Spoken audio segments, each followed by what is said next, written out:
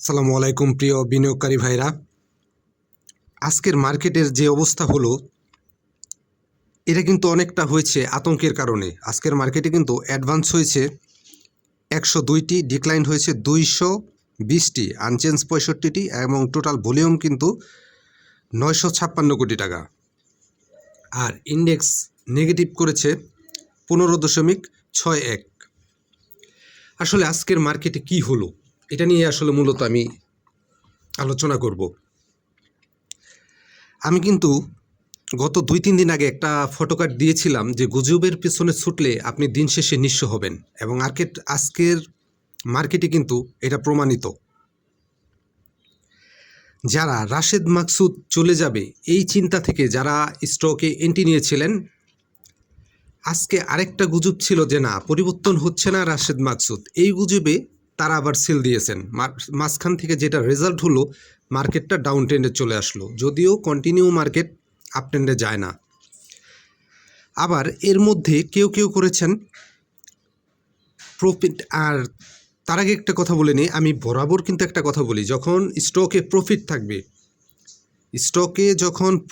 থাকবে আপনি তখন সেটা প্রফিট টেক করে নেবেন। আপনি মার্কেট থেকে কখনোই সর্বোচ্চ প্রফিট নিতে পারবেন না, সেক্ষেত্রে কিন্তু আপনি লুজার হবেন। আজকে যেটা হয়েছে, যাদের প্রফিট ছিল আর যারা রাশেদ মাকসুদের কথা চিন্তা করে এন্ট্রি নিয়েছেন, উভয় পক্ষই আজকে হতাশ হয়ে সেল দিয়েছেন। যখন দেখছেন ইন্ডেক্সটা নেগেটিভ হচ্ছে, তখন যাদের প্রফিট ছিল তারা নিজেদের যে রেটে কিনা ছিল বাই রেটেই সেল দিয়েছেন, আর যারা গুজবে কিনেছেন তারা ভয়ে সেল দিয়েছেন। আমি আবারও বলি, যারা রাশেদ মাকসুদ কেন্দ্রিক গুজবে শেয়ার কিনেছেন তারা ভয়ে সেল দিয়েছেন, আর যাদের প্রফিট ছিল তারা সামান্য লাভে বা যেই বাই রেট ছিল সেই রেটেই আপনারা সেল দিয়েছেন। এর রেজাল্ট হলো 15.5 পয়েন্ট নেগেটিভ হলো ইন্ডেক্স। আসলে গুজবের উপর ভিত্তি করে আপনি কখনোই বাজারে টিকে থাকতে পারবেন না। আপনার গুজবের বাইরে এসে চিন্তা করতে হবে। রাশেদ মাকসুদ আসলো বা গেল তাতে আপনার কি আসে যায়? আপনি একটা ভালো প্রাইজে দেখে শুনে স্টক এন্ট্রি নেবেন, মোটামুটি একটা প্রফিট হলে টেক করে বসে থাকবেন। আপনি বাজারে সব প্রফিট তো নিতে পারবেন না, এটা পসিবল না। আর যদি আপনি গুজবে বাই করেন, অবশ্যই গুজবে আপনাকে সেল করতে হবে, কারণ আপনি গুজবে হাই রেটে শেয়ার বাই করেছেন। যাই হোক, আশা করি এখান থেকে মার্কেটটা আগামী 2-1 দিনের মধ্যে একটা পজিটিভ ধারায় চলে আসার একটা পসিবিলিটি আছে।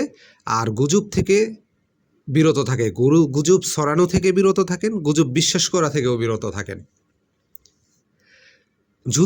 ইরান আমেরিকা যুদ্ধের পরিস্থিতিও কিন্তু পজিটিভ ছিল, এবং ওভারঅল সব কিছুই কিন্তু আজকে পজিটিভ ছিল বাজার পজিটিভ হওয়ার জন্য। যদিও বাজার আপস অ্যান্ড ডাউন, এইটাই বাজারের সৌন্দর্য।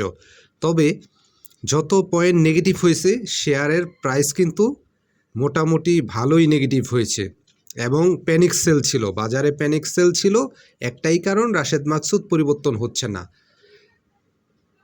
আপনারা গুজবের উপরে স্টকে এন্ট্রি নেন এবং গুজব শুনেই আবার স্টক সেল দেন, এতে দিন শেষে আপনি লুজার হন। গুজব থেকে বিরত থাকেন, গুজবকে এড়িয়ে চলেন। ধৈর্যের সাথে যদি আপনি বাই সেল না করতে পারেন, এই বাজারে আপনি টিকতে পারবেন না। দিন শেষে আপনি বারবার লুজার হবেন, নিঃস্ব হবেন। আমি বারবার বলি আপনাদের একটা কথা, এই বাজারে স্টক মার্কেটে থাকতে হলে আপনাকে অবশ্যই ধৈর্যের সাথে থাকতে হবে। আর রাতারাতি আপনি ধনী হয়ে যাবেন, কোটি কোটি টাকা এই বাজার থেকে নিয়ে যাবেন, এত ইজি না। তাহলে বাংলাদেশে আর কোনো বিজনেস থাকতো না, সবাই স্টক মার্কেটেই ইনভলভ হইতো।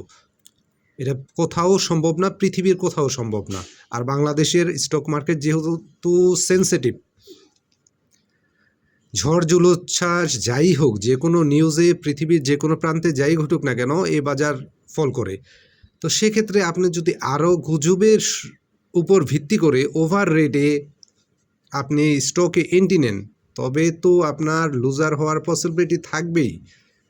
এটা তো বোঝার জন্য অনেক কমন সেন্সের দরকার হয় না। যাই হোক, গুজব থেকে দূরে থাকেন আর বাজার অবজার্ভ করেন, দেখে শুনে এন্ট্রি নেন, এবং অবশ্যই প্রফিট থাকলে অবশ্যই টেক করবেন।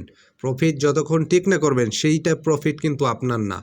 দিন শেষে পোর্টফোলিও মাইনাস হবে, আপনি লুজার হবেন। ধন্যবাদ, ভালো থাকেন। বুঝে শুনে বাইসেল করেন, গুজব থেকে বিরত থাকেন, গুজব ছড়ানো থেকেও বিরত থাকেন, গুজব বিশ্বাস থেকেও বিরত থাকেন। ধন্যবাদ।